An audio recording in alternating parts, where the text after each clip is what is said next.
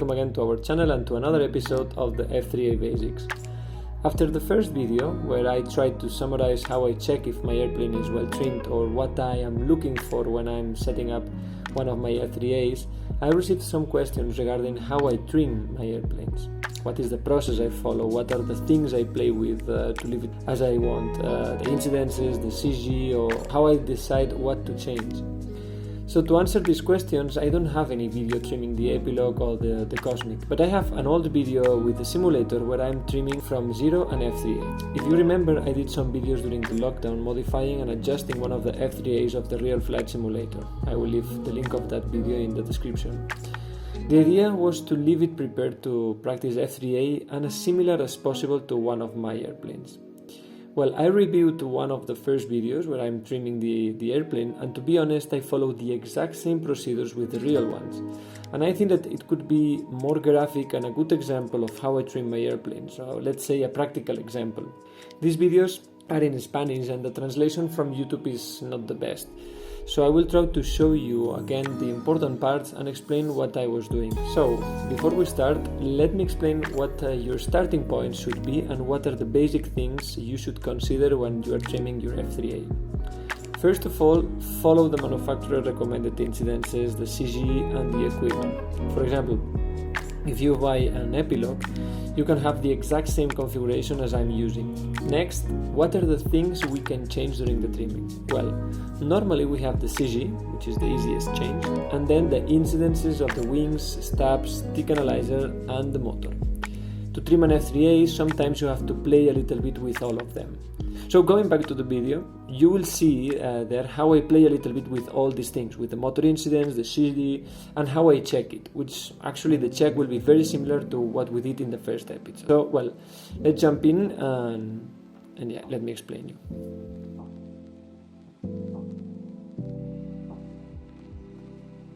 So, here we are in the real flight 9.5 with the modified Spark, and right when I was starting to trim this model, trying to figure out what was the right CG, the incidences, and so on.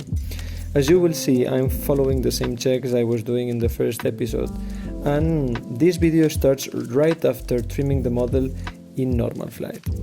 Here I started first to check the CG, going up into a 45 degrees upline, performing half roll, and then checking what the airplane was doing, if it was maintaining the line, going up, going down. For me, the best behavior, as I said in the previous episode, is when the model keeps the same line or it goes a little bit down, never up. If it goes up, it means that the airplane is tail heavy. If it goes down, that is nose heavy. In this particular case, I checked twice and it was quite good, to be honest. Another technique that is very useful to check if your airplane is well balanced is the following. You go first to full throttle or almost full throttle in a horizontal flight, and then to idle. And then you remove your hands and see what your airplane does. This is the way my father checks the CG, and it will give us some information for the next change. So I move forward to check the next point, the vertical uplines and downlines. As you can see, after removing my hands from the sticks, the airplane was going to the intrados, and quite a lot.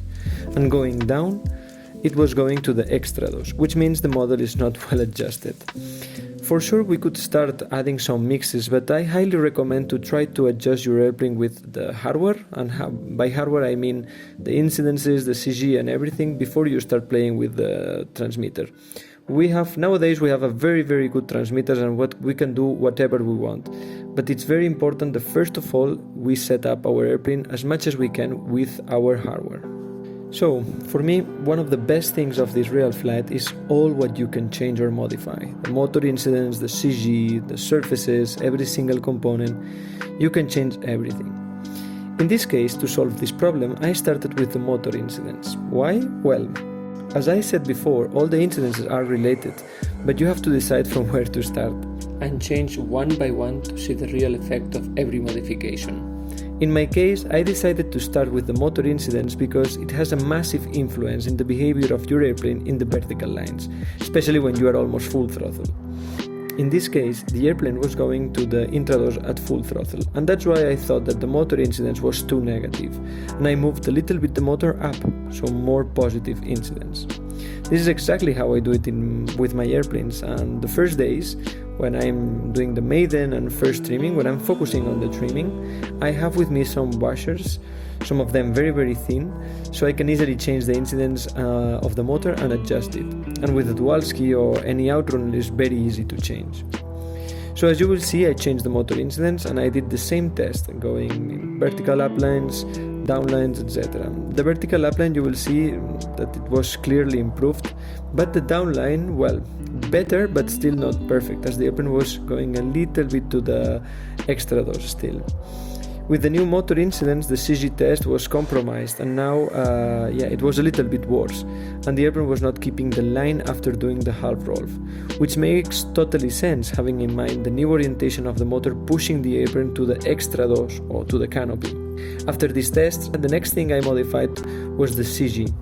The previous test gave me two clear reasons to change the CG.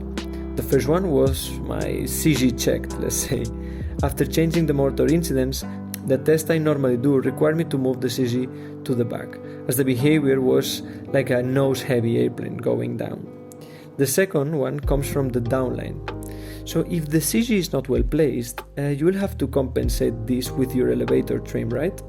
If the airplane is nose-heavy, for example, you will have to trim up your airplane. Then when you are not using the motor, when your throttle is in idle position, the trim you used before will be the same, but now you don't have the motor thrust. So if the airplane goes to the extra dose in the downline, it could mean that you have the CG too far forward, and you have to compensate that with a positive trim. Moving the CG to the rear will make you trim the airplane negative, and it might help in the downlines and to keep the same line at 45 degrees. So then I moved the CG to the rear and I tested again. After these small changes, I continued modifying the motor and the CG in the same direction, very small increments, until I could find the best configuration. As you can see, the airplane then was going up and down straight without any program mix.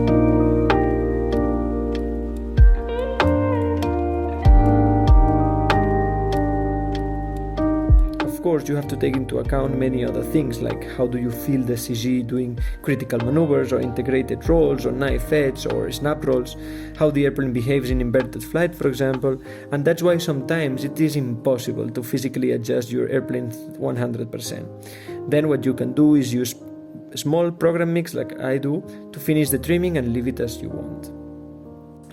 By the way, in this video I didn't touch the wing incidents because it was not needed, but for the cosmic and the epilogue I play a little bit with them.